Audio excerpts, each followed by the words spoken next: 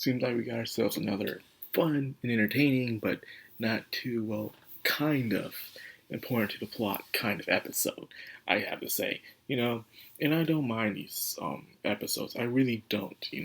And I think I'll say something that I keep repeating, but I bring it back. I wish Mushoku Tensei had this in its anime, where it would have those breather moments where you see more of the characters hanging out. Like, as someone who reads the books, who read the books, you get to see what they're up to. In this show with 27 episodes, you get to see that. You get to see more dynamics of the characters. You get to see their perspectives, their personalities, their characteristics, all that on display with these kind of episodes. Things that they do. It can be goofy, it can be them not so targeted on, whatever you want. Either way, people can enjoy this kind of thing. Spy, I usually almost call it Spy Family. You know, it is about Spy. A lot of Spy Family kind of like stuff has been coming out lately, and I don't mind it. It's not like an overabundance like it is with Isekai, but it's just the right amount that you can enjoy and actually remember.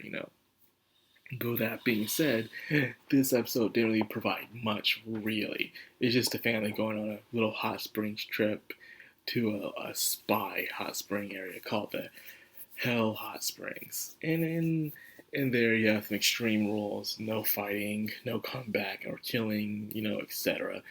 And you can see Taiyo and the family just relaxing, being their old goofy selves, seeing how they take place. So not much to really talk about in this episode. It was just having a good time, and then Mutsumi seemed to have a lot on her mind. That's really the only big piece at the end. It was during the nice, cute moment between Taiyo and Mutsumi. She was showing the scar she had when she was some years ago during that great incident. Apparently, a lot of people thought that their father was dead, but it turns out that's not the case. He somehow survives, and he is making moves for some reason, advancing Taiyo's progression as being a good candidate for the family of the Yozakuras. Question is why is he doing this? And I said this before. My guess is that he is going to be that necessary evil push, the necessary evil where they do something because they know they have to do it and no one else will do it. If you get what I'm going at with this. So he's pushing the family to its limits to see if they will prepare for the true evil that will soon to come in the near future or distant future. Either way. Anyways, like I said, not much really happened in this episode. It was just seeing all the characters act goofy and what they would do during a hospital episode. The sauna, taking a bath, eating the food, having, of course, the pillow fights. Always have the pillow fights. The crane game, relaxing inside the massage chair.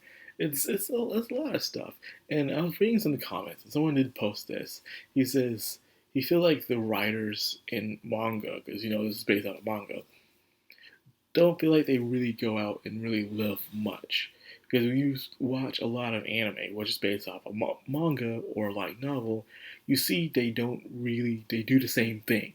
Whether they're in high school or they're going to the beach, playing the watermelon, or they're on a date and they find a lost child, they go on a school trip to Osaka or Kyoto, and then they go to hot springs episodes, and they always seem to be doing the same thing every single time. Or even when they're going karaoke.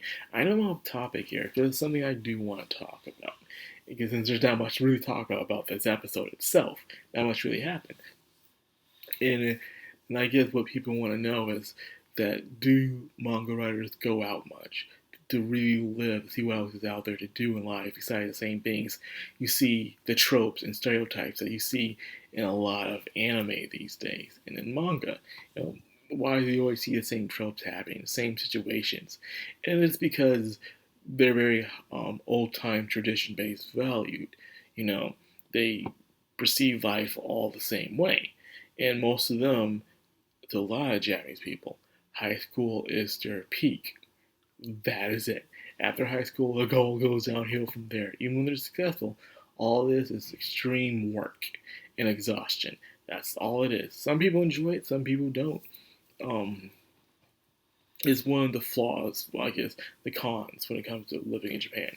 That you're expected to work really hard and get that crunch. But over here, we're protesting against crunch or fighting against crunch. Over there, is to be expected. You know, if you even dare complain about crunch, well, you need to go somewhere else. And it's just the culture, I guess, depending on how much you're willing to do it. If you have a life outside your job, of course. So it's a contradiction. The conversation I found was very interesting. It was a contradiction in a way because you see, like they want the population is decreasing at the birth rate, so they want to have babies, but yet you're forcing the dads to keep working for so long to the point that they don't have a life outside of the job. So how can you expect them to populate, make more babies when they're too exhausted to make the babies? That's a giant contradiction. But anyways, this episode was just nice, entertaining. Will it be on my top 10? Absolutely not. You know, it was just a nice episode to watch, just to see another calm before the storm, see what will happen later on down the road. But yeah, I like it. You know, and even Tayo himself is the average, typical nice guy main character. He's a nice guy. He's kind of shy. He's too well mannered for a kid. And of course, when he has a girl, he freaks out if anything weird happens that he's not comfortable with.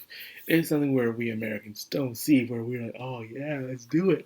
And to them, it's probably different over there. Like I said, it's heavily in tradition as applied. But anyways, I'm not going to drag this out. Like I said, not much really happened in this episode. It was just fun to watch. And that was it. And sometimes that's all you need. Not every episode you have needs to be a hit bangers like that. It can be a nice slow paced thing for you to enjoy yourselves and get to know the characters more. And I welcome that. I really do. Because I feel like other animes just speed rushes it so much. And I'm like, I chew one dead in luck. But anyways, that's all I got for this video. I hope you guys enjoyed it. If you did, like, comment, subscribe, and of course, hit that bell icon. This is the Madcrownxox. I'm Anime. Signing out.